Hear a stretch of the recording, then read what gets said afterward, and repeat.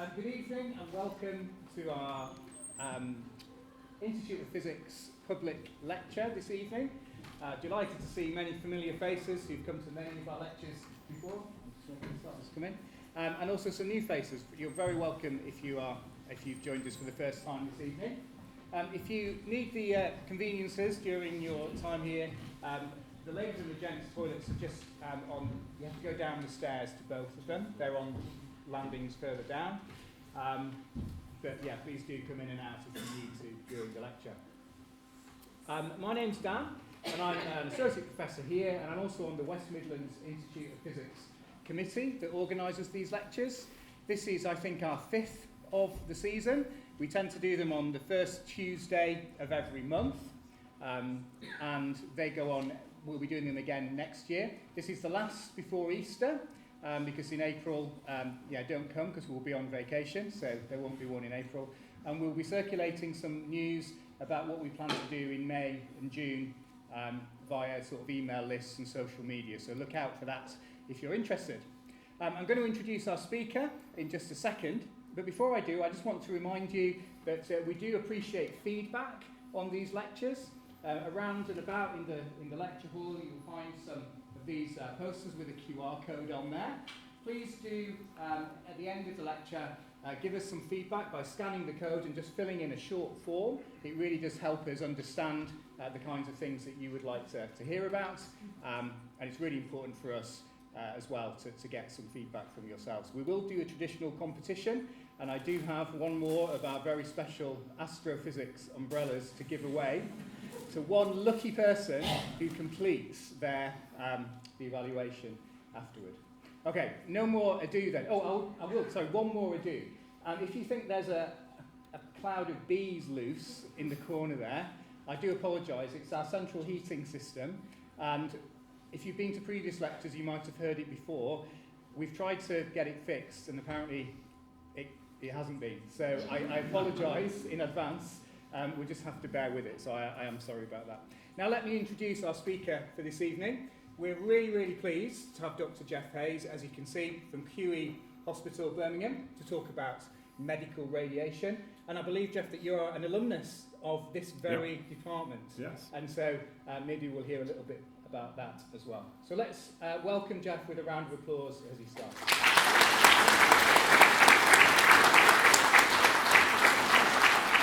It's always good to get the round of applause at the beginning because I've had it now, so thank you very much. And also the heating system, we have the similar issue at the QE, so it makes me feel quite at home really, although ours does a kind of annoying banging sound, so the bees might be a step forward. So yes, I was a student here. I did my MSc in medical and radiation physics, and that was in 1999 to 2001, and then I did my PhD here in radiobiology. I came to Birmingham for 2 years, and that was in 1999, and somehow ended up staying here 20 plus years later. So, tonight I'd like to kind of take you through a bit of a journey and help you to realise the kind of fundamental way that Birmingham has been instrumental in the use of radiation and the use of X-rays in medicine, and some links that you may have not heard before. So we're going to start the journey way back in 1870, and this is a crux tube. This is a glass tube with 2 electrodes, a negative cathode, a positive anode, and a high voltage, when it's applied across the tube, creates a small current. It accelerates a small number of electrons within the tube and positive ions in the gas, and those positive particles and negative electrons are accelerated across the tube. They collide with other gas molecules and create more and more ions, and they produce this kind of chain reaction. The positive ions hit the cathode and they knock out an electron from the metal surface, and those electrons are then repelled from the negative cathode and accelerate towards the positive anode, and we call these cathode rays. Now most of these ions fly past the anode and hit the glass. And as they hit the glass, they knock some electrons out in the atoms, and they knock the electrons into a higher orbit, and when they decay back down, they release some of that energy as light, and this is known as cathode luminescence. Now these early X-ray tubes generated electrons that were travelling with about 20% of the speed of light. So William Röntgen, in the very late 1885, was playing around with one of these crux tubes, and he was trying to investigate the different effects that he could have and investigate the light that was produced. So he did what all good physicists do. He created something out of cardboard, and he created a cardboard cover for his tube, and to test that it was really light tight, he covered the tube, turned all the lights off in his lab, and applied the voltage. And something quite strange happened. He saw a shimmering light in a bench quite some distance from his experiment. And he realised that the light was there when the voltage was applied to his covered up tube. So he knew it couldn't be the light that was creating this effect. Now, the shimmering was found to be on a fluorescent screen that he'd made to use in a later experiment. But remember, that shimmering was some distance away, so he couldn't work out what was going on. The shimmering was due to the creation of X-rays, and we call this X-ray creation Bremsstrahlung, a German word meaning breaking radiation. And this is the process where energy is emitted in the form of electromagnetic radiation when a fast, electrically charged particle is decelerated as it comes close to a target atom. The deflection of the electron as it passes near the nucleus of the target atom releases energy in the form of an X-ray photon. And this, for the GCSE and A-level students here, is your first law of thermodynamics. Energy cannot be created or destroyed. I promised my kids I'd get that one in. Now, the closer the electron comes to the nucleus, the greater the deceleration and the greater the resultant X-ray energy.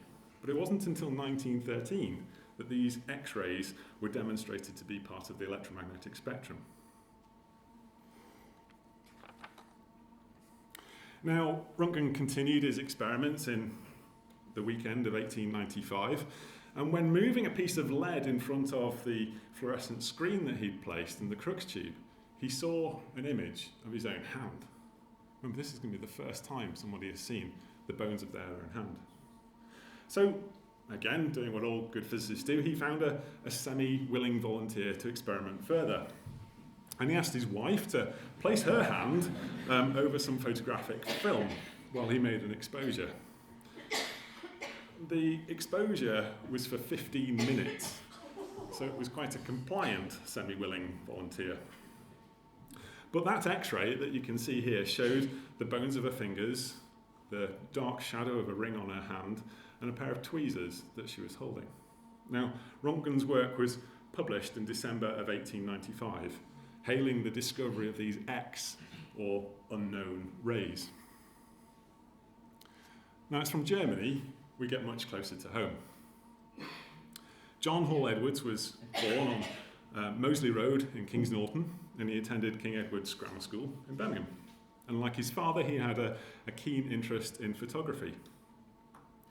Now, 128 years ago, it was February the 14th, 1896, he is credited with making one of the first clinically referred X-ray, only 7 weeks after Röntgen had published his paper.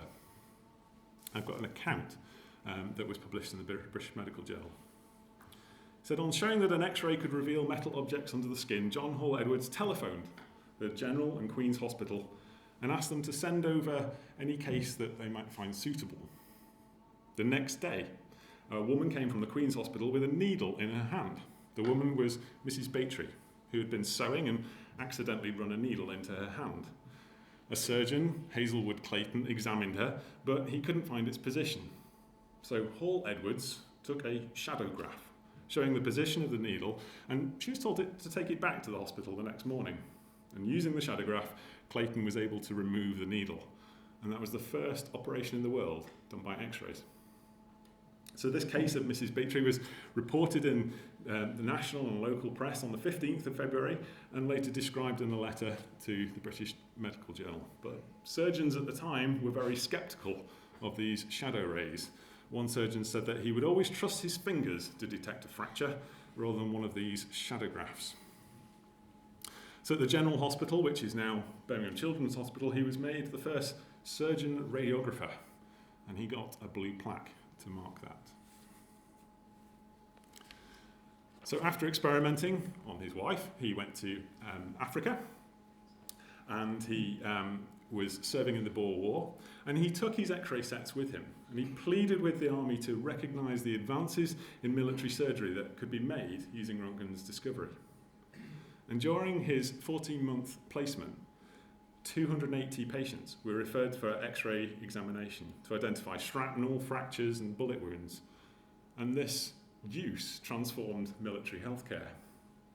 John Hall Edwards can be seen there in one of his self-made darkrooms. On his return in 1904, he was giving public lectures on the use, but also and the demonstration of. So if we were back to that time, we could take some X-rays now. But he also started to speak about their potential hazards. The X-ray exposures to his hand took its toll, and his left hand had to be amputated. By 1902, he was developing painful sores on his hands, and when he termed chronic dermatitis, and he developed pain that he described as if being gnawed away by rats. In 1908, his left arm was amputated just below the elbow, and the fingers of his right hand were removed. Now, how great a link. I tried to bring Hall Edwards' hand with me. It's held at the University Med School, but the university apparently doesn't have a public display licence to allow me to bring it to show you tonight, which is somewhat disappointing. But I do have this one.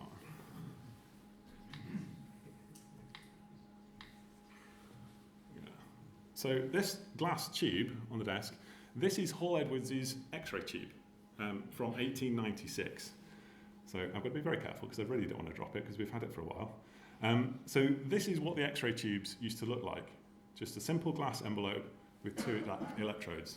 There's no shielding, nothing to protect his hand, and the consequences were quite obvious. So I can't pass it round, but if you want to sit at the end, you're more than welcome to have a look.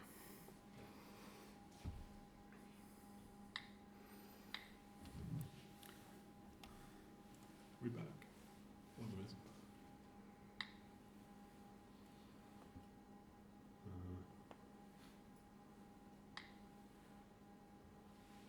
This is where it's all gone wrong. Yeah. Got one of them on. Oh, two. Oh.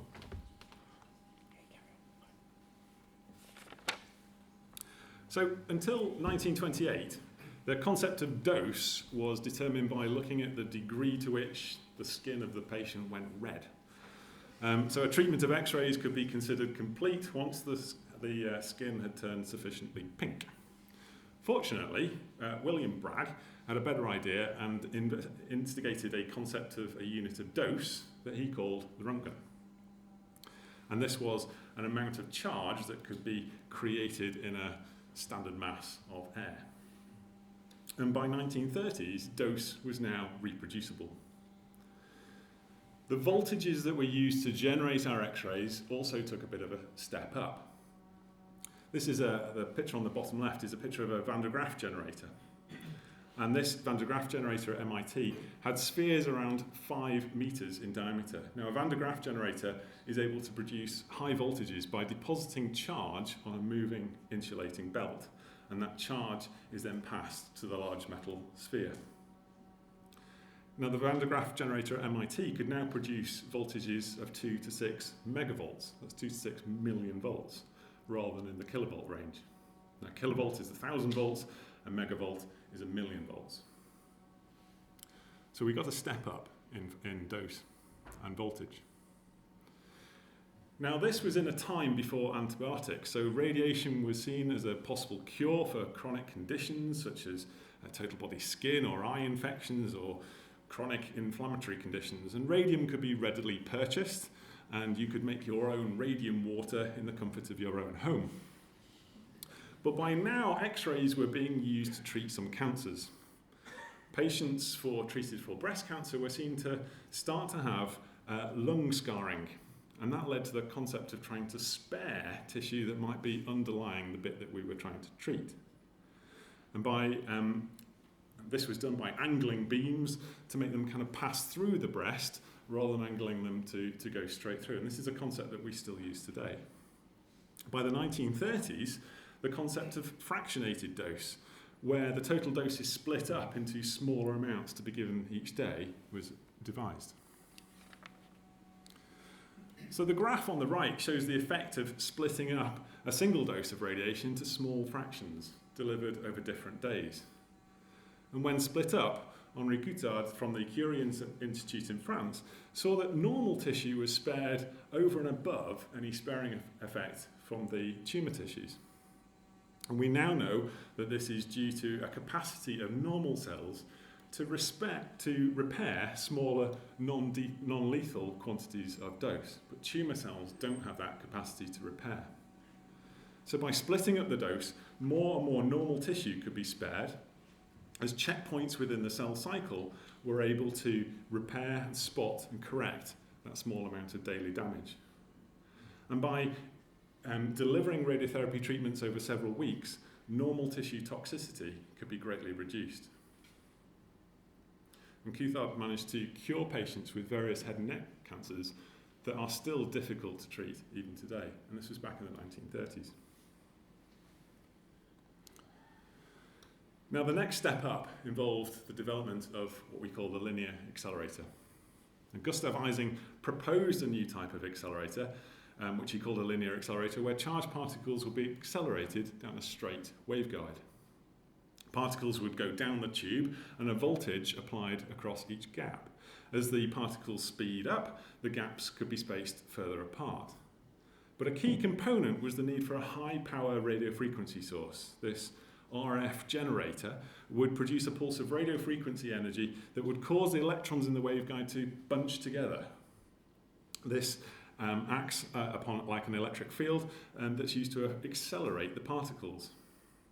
When the charged particle, or here the electron, which is the little red dot entering the diagram here, when the electron is placed inside the electromagnetic field, it experiences a force given by the Lorentz force law, and the polarity of the radio frequency voltage reverses as the particle passes through each electrode. So when the particle crosses each gap, the electric field is always in the correct direction to accelerate it. So the particles bunch together and reach the target in pulses. Now, Ising never got to see his concept in practice because there was no radio frequency source with enough power. So we come back to Birmingham. So this problem was solved thanks to the work of Randall and Beat. And they produced the cavity magnetron, and that was the radio frequency source. And that was developed here in the University of Birmingham. There's a blue plaque downstairs. Now, the UK, and this was in 1940, so the UK at the start of the Second World War lacked the manufacturing capacity and the funds available for a large-scale production of Randall and Boot's design. So Winston Churchill flogged it to the Americans.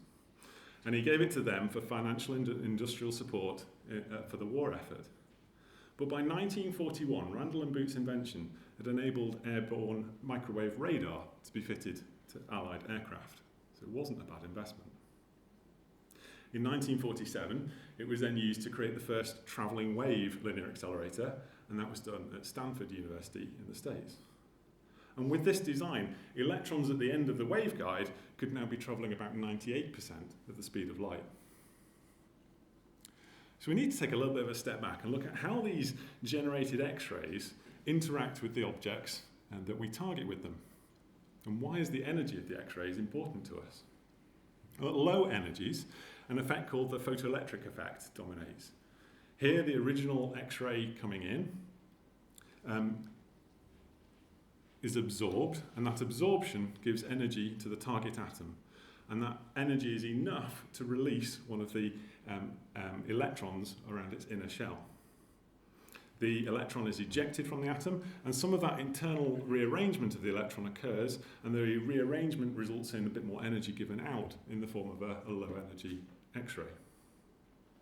Now, high energy X-rays are more likely to undergo the Compton effect. This is a scattering process where the X-ray is deflected. It loses some of its energy and changes direction. That's the first law of thermodynamics. It gives some, but not all of its energy to the atom. And the energy gained by the atom is enough for it to release one of the more loosely bound outer electrons from its orbit. So as the energy increases, we get a bigger penetration of the X-rays into the material, but more of them will scatter.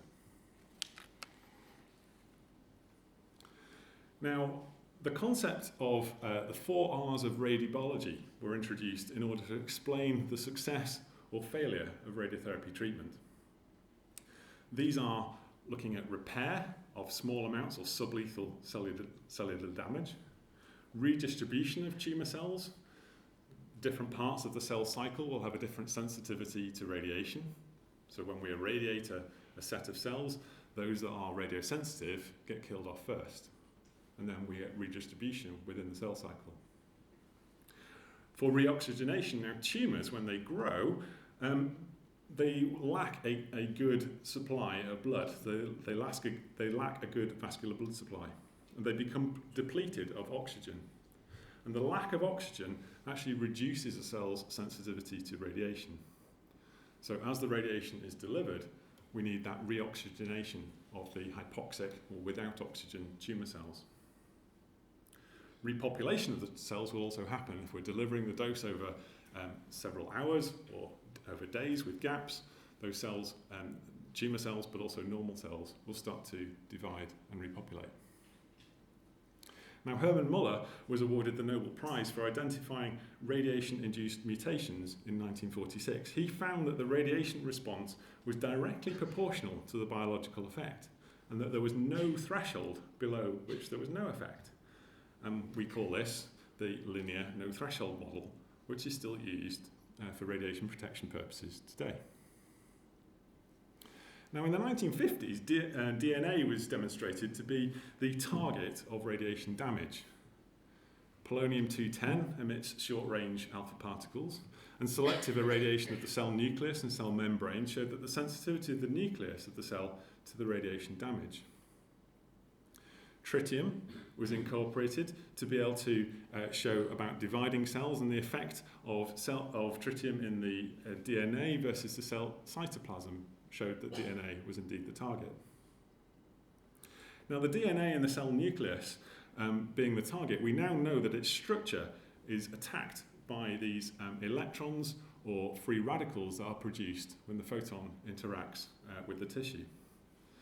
Those particles are able to damage the base pairing of the DNA chain, and that damage can be sufficient to either kill the cell, or small amounts of damage can be sufficient to induce a mutation. Now, the goal of radiotherapy is to control a tumour whilst minimising any dose to normal tissue. And to do this, we have to consider the tumour control probability and the normal tissue complication probability. And we need to carefully control the radiotherapy dose, as the distance between these two curves is small. The closer the curves, the more careful we have to be in giving the dose. For over-the-counter medicines, the gap is going to be much larger. So if you were to buy paracetamol, you can get the required effect of curing a headache, but the dose that you would need to take to cause sufficient liver damage would be significantly higher than most people would take. So today, the major goal of radiotherapy is to employ strategies to enhance the efficacy and decrease the toxicity of radiotherapy. Now, the early medical linacs were installed, were limited in terms of the energy of the beam that they could produce, and the ability that they had to be able to shape the radiation field.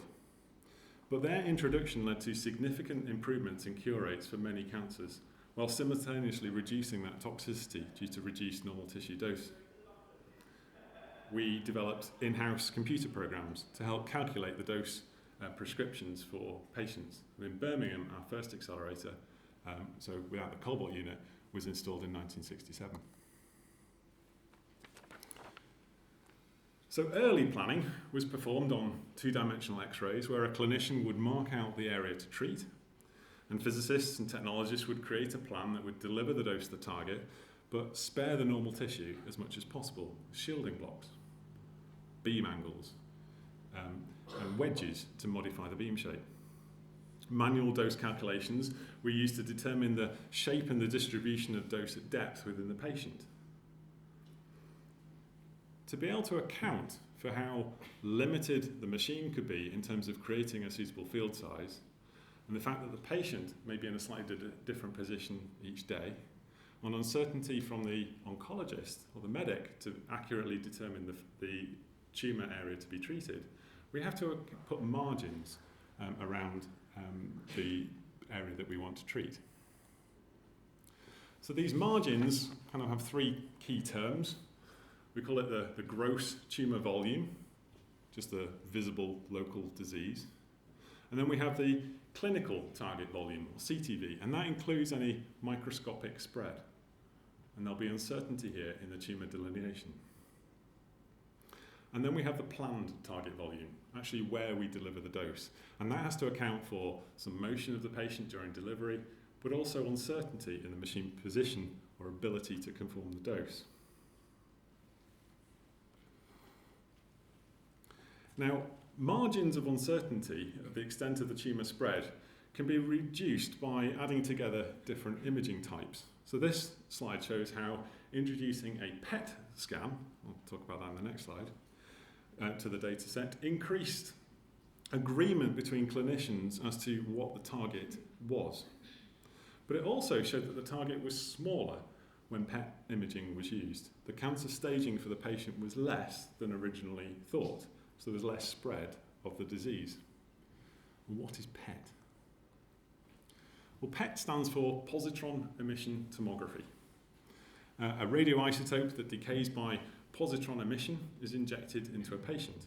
The isotope is attached generally to glucose analogues that are taken up by glucose-using cells. Now, a positron is the antiparticle of an electron. It has all the properties of an electron, apart from it has positive charge. And when an electron and a positron get together, a process called annihilation occurs. And the positron and the electron annihilation will happen very quickly, because positrons are very rare and electrons very common. And the annihilation process produces two photons that travel in opposite directions.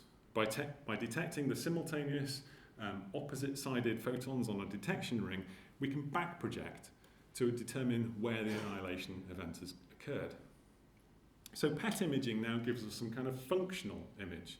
It shows us where there are metabolically active cells in the body, where the cells are that are using this glucose. Since cancer cells are dividing more rapidly, they will show up against a background of normal cells. So this PET image shows where the active areas of glucose use are within the body. PET-CT combines the PET image with a CT image, so we get both anatomical and functional images combined. Now in Birmingham, the pace of change has been pretty constant. In the 1960s, we used cobalt units, and then in 1967, we had our first linear accelerator. And the technology didn't progress a great deal until the early 2000s. Now, in the early 2000s, we had the advantage of two items that were added to the machine. We had this MLC, which is a multi-leaf collimator, where we can now define field sizes that aren't just rectangles. And at the bottom of the machine, there's this panel device that comes out. And the panel, I don't know if you can see a mouse on this. There you go. So the panel that's coming out here is called a portal imaging device. Now, portal images uses the beam of X-rays that are exiting the patient to identify correct or incorrect patient alignment. Before that, we would rely on measurements of distance to the patient's surface, bearing in mind that a patient may change, they may lose or gain weight over a 7-week radiotherapy course.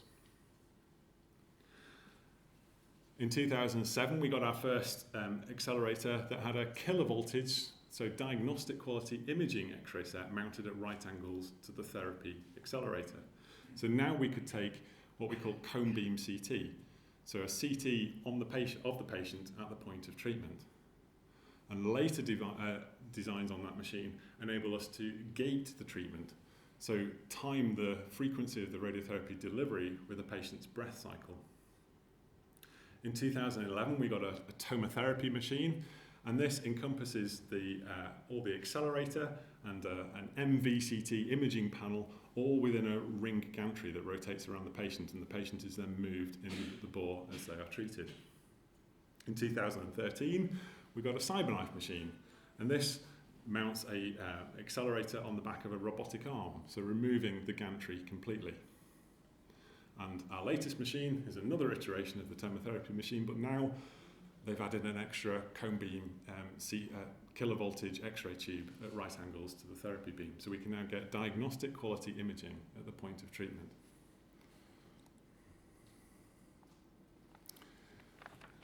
Now, how do we determine what the risk of radiation is when we treat? Now, most of the knowledge of health effects of radiation is still derived from radiation from the atomic bomb survivors from the bombs dropped in 1945. And this photo is taken 5 miles from the centre of Nagasaki, where the radiation epicenter was. In 2003, David Brenner published a comprehensive analysis of atomic bomb survival data. Now, survivors now were children at the time of the radiation blast, and studying the health effects in this population gives us crucial information as to radiation risk magnitude. Now, we're still using Muller's concept of linear no threshold, so the risk of a lower dose radiation will still be lower than the risk of a higher dose of radiation, but we need progressively large data sets to be able to quantify the risk. For example, if we need a population size of 500 people to demonstrate an excess relative risk of cancer of 1,000 millisieverts, we'd need a population size of 50,000 people to demonstrate the effect at 100 millisieverts, and a population size of about 5 million to demonstrate a 10 millisievert dose. The sample size is increasing as an inverse square of the dose. Now, the atomic bomb survival data looks at 26,000 individuals exposed.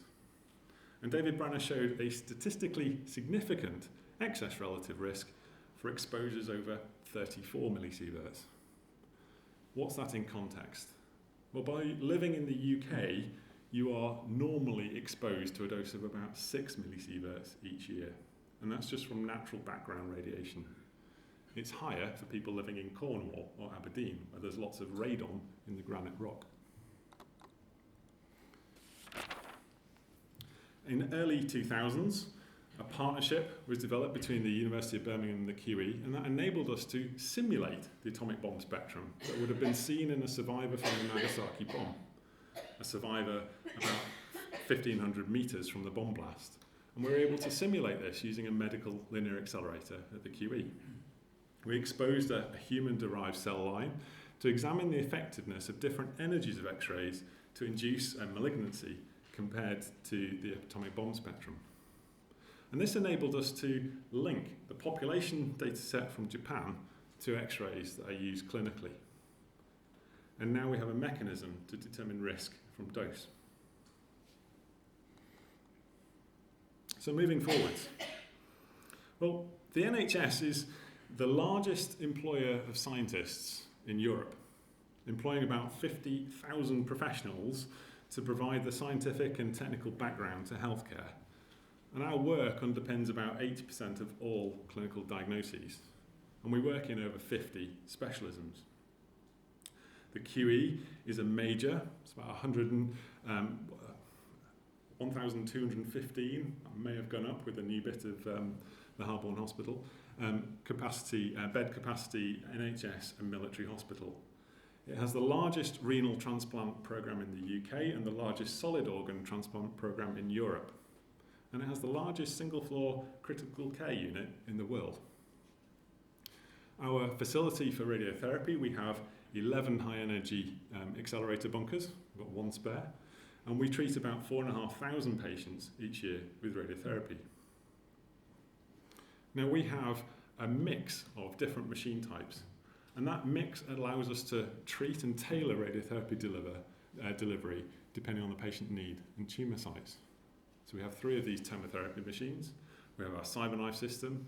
We have 6 Elector accelerators that have this onboard kilovolt imaging and surface guidance.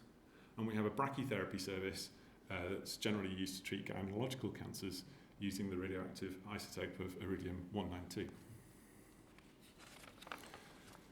So modern planning. So our machines now produce these highly focused treatment plans with that therapeutic dose tightly conforming to the defined target. And specialised treatment planning systems can now accurately calculate the dose from multiple beams that are all converging onto a targeted depth within the patient.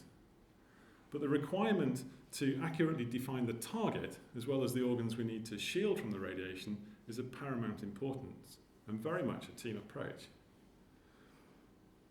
For treatment planning, we refer to optimization as inverse planning now, to reflect how a series of optimization goals are iteratively applied to find the best possible solution. We can use different data sets to accurately determine our target, what we're trying to treat, and now what we're trying to miss. There's a difference there between CT and MRI, where MRI shows structures which are invisible on CT. So planning becomes, and the radiotherapy treatment, are very much a team approach with oncologists, radiologists, clinical technologists, radiographers, physicists, all coming together to produce bespoke plans for every patient. Now, the modern accelerator weighs between 6 and 7 tons, yet the engineering for that means that it can rotate around a sphere of a couple of millimetres. Magnets along the waveguide can focus this pulsed electron beam, travelling 98% of the speed of light, to a diameter smaller than a pinhead. And volumetric CT scans are used to correct for patient movement and enable accurate patient setup at the point of delivery.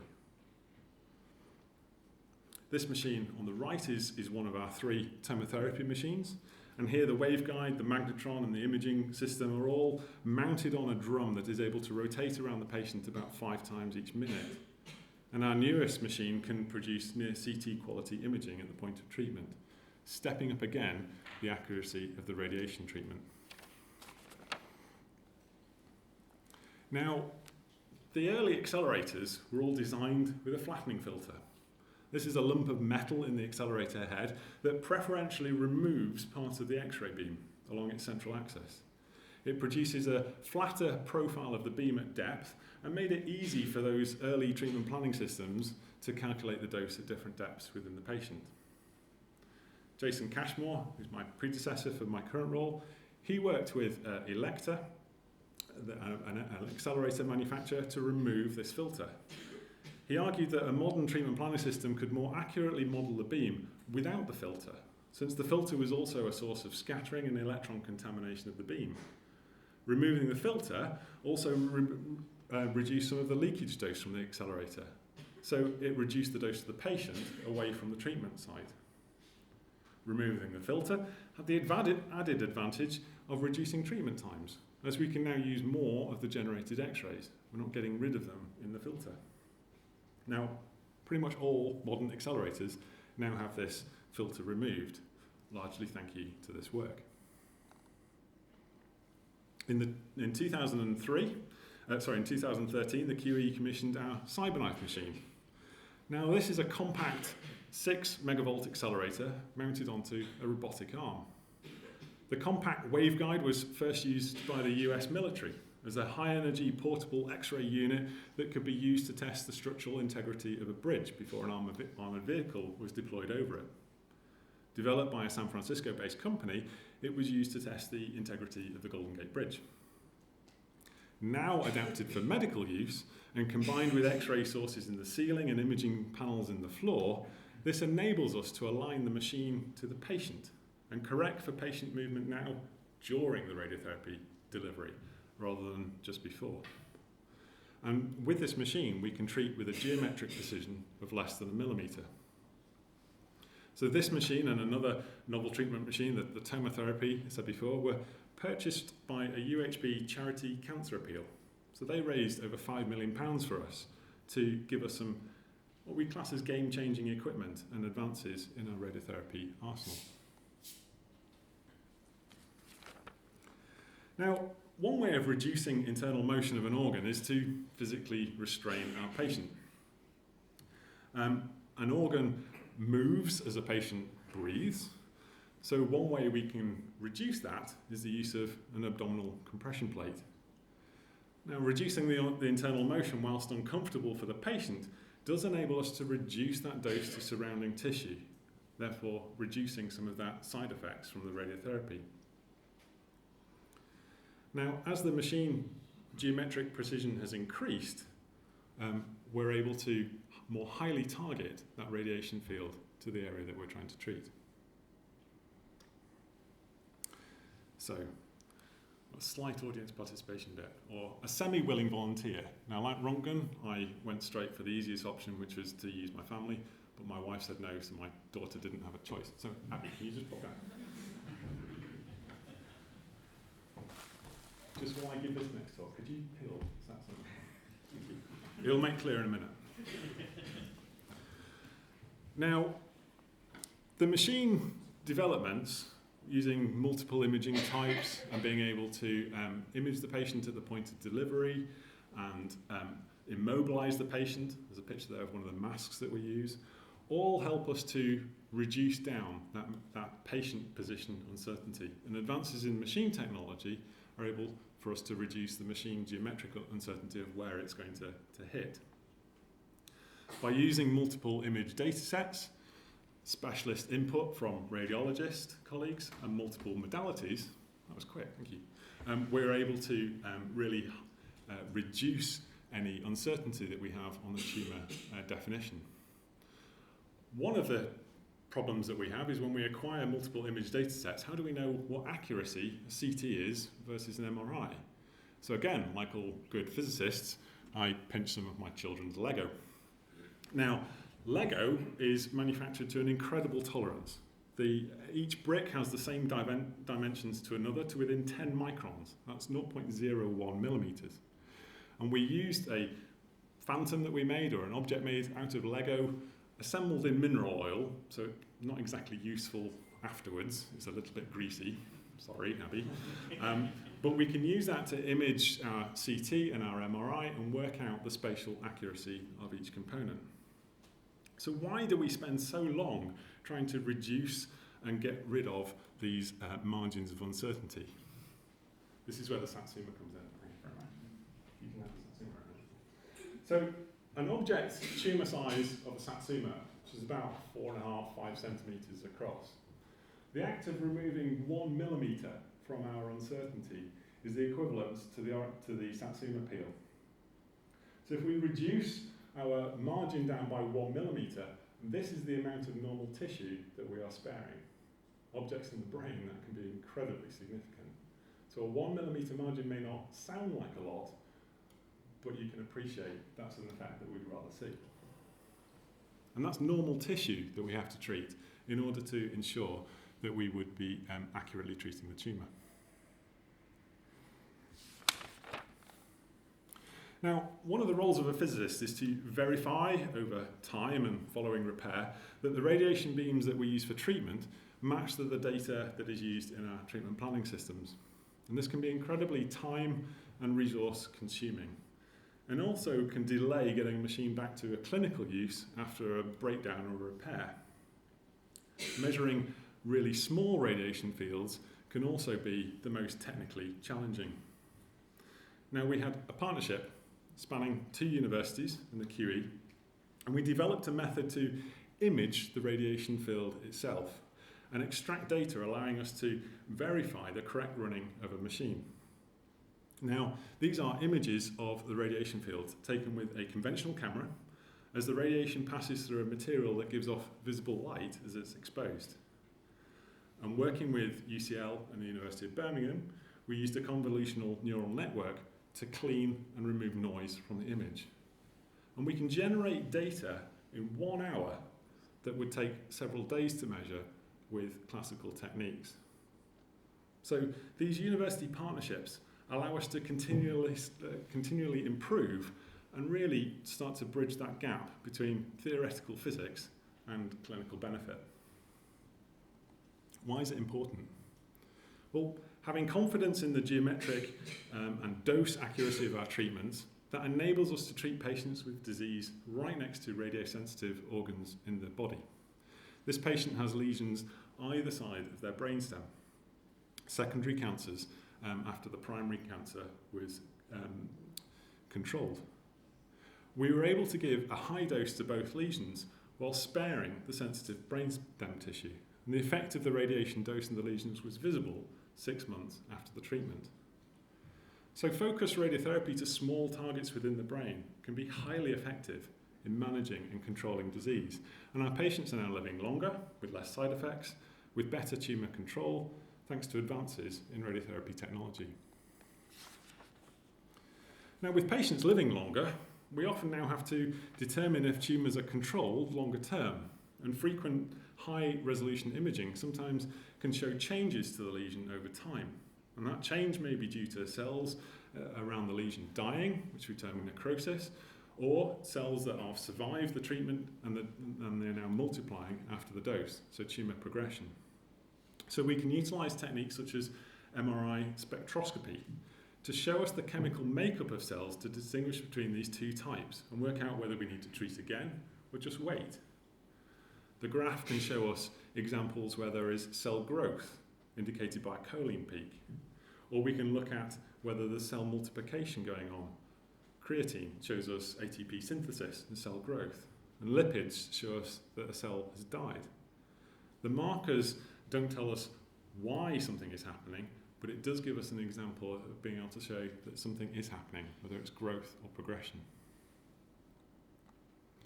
Another way that we can reduce margins is to improve patient setup, and we rolled out Vision RT a couple of years ago. Now, Vision RT gives us optical surface guidance of the patient during radiotherapy treatment. In-room stereo vision cameras are able to track the patient before and during the treatment. This improves our setup accuracy and also enables us to provide motion management, pausing the radiation beam if the patient moves out of position.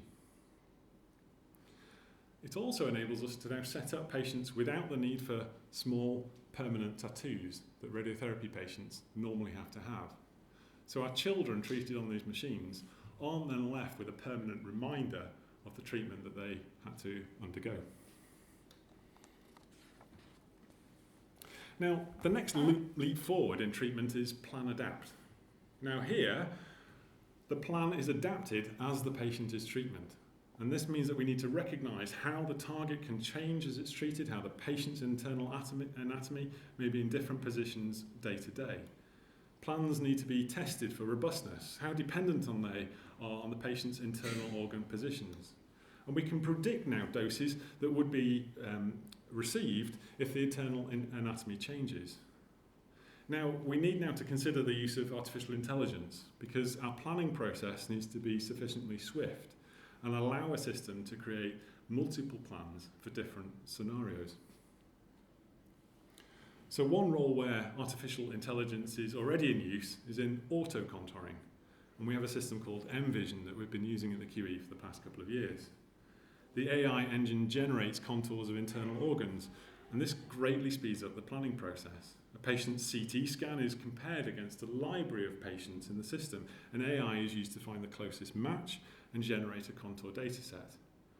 Those AI-generated contours can then be reviewed by the oncologists ahead of the treatment plan being produced. And this enables faster, more consistent, and more optimised plan generation. Patients living longer sometimes now go years later after their first treatment and require subsequent radiotherapy, sometimes at sites close to their original treatment. So this now brings a new question for us to answer. How can we combine doses safely to re-irradiate without causing too much toxicity in the process? How do we account for repair of irradiated normal tissue in the gaps between treatment? So a lot of work is being done to understand and account for underlying radiobiology to do this. Treatment planning systems now provide tools to take into account previous treatments, deforming previous calculations to new image data sets, and models of tissue repair. Now, we saw a clear benefit of adding diagnostic X-rays to the therapeutic radiation accelerator, but the next evolution is the launch of an MR-Linac, Mr. Linac.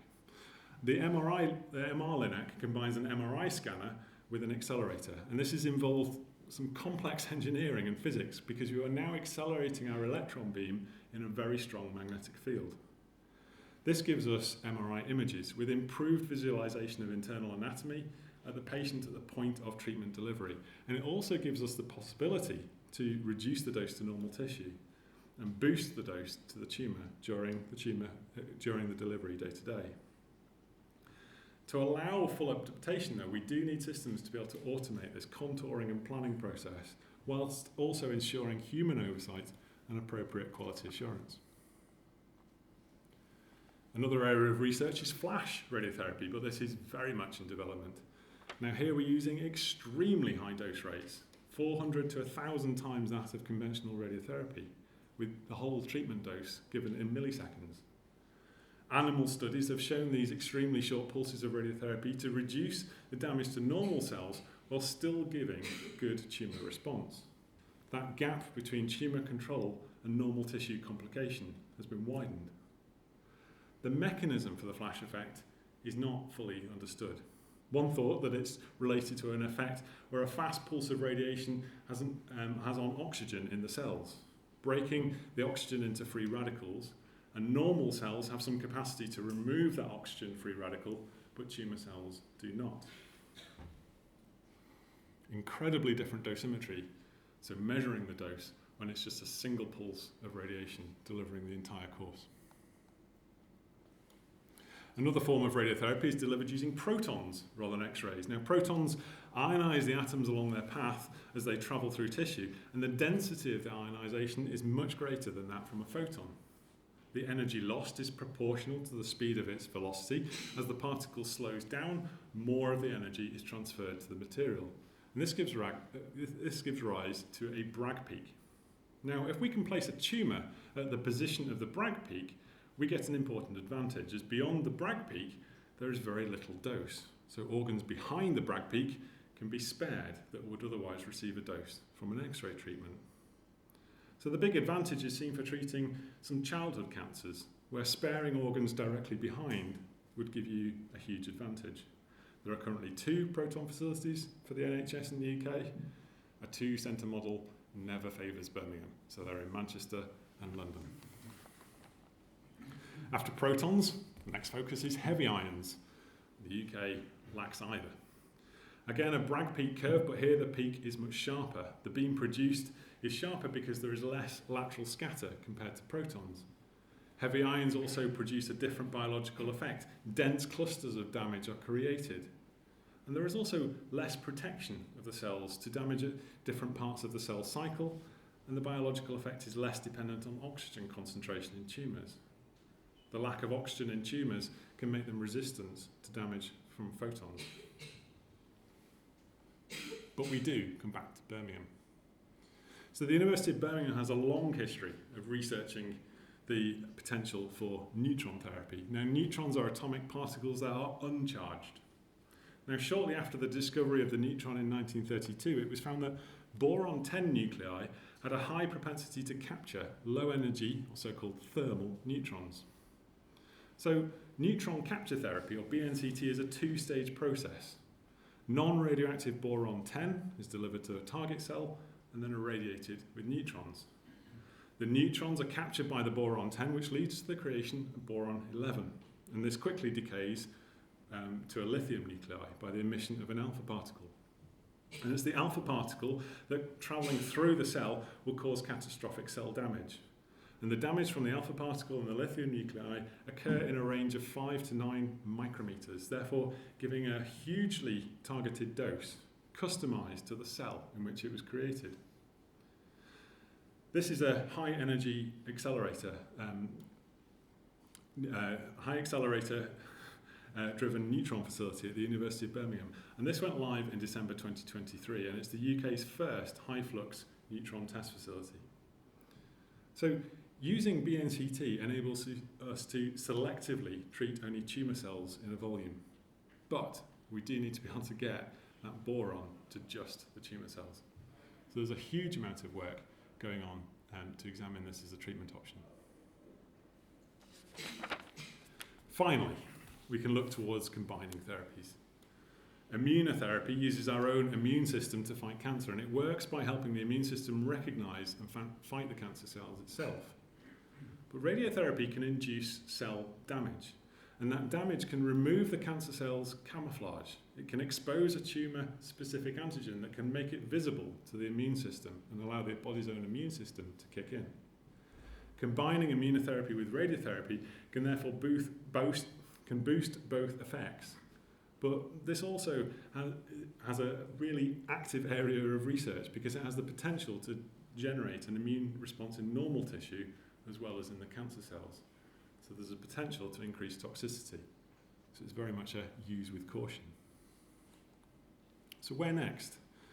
Well, advances in radiobiology, research and genetic mapping can transform our understanding of radiation cancer therapies. AI systems can speed up the radiotherapy plan creation and help planners find the best possible solution to treat a problem of increasing number of variables. In the future, truly personalised therapies customised to a patient's genetic mapping of the cancer, previous radiotherapy history, immune response and cellular response can be considered in the treatment plan, and we can have access to new delivery techniques, hopefully BNCT, flash, particle therapies. We've already started reducing the length of treatments as increased accuracy of delivery reduces normal tissue damage, enabling radiotherapy courses to be delivered in days rather than weeks. So the advances from that first clinical X-ray 128 years ago have been marked. In my career, the past 20 years, I've seen some major advances. I've seen machine precision increases, patient setup verification and dose calculation accuracies improved. But we're on the cusp of new technologies. AI, particle therapies, the pace of change is going to continue to increase. So thank you for some of the audience here, for the colleagues back at the hospital, for the colleagues who've since retired. Huge thanks to the physicists, oncologists, radiographers, technologists, engineers, computer scientists who have worked with radiotherapy over the years.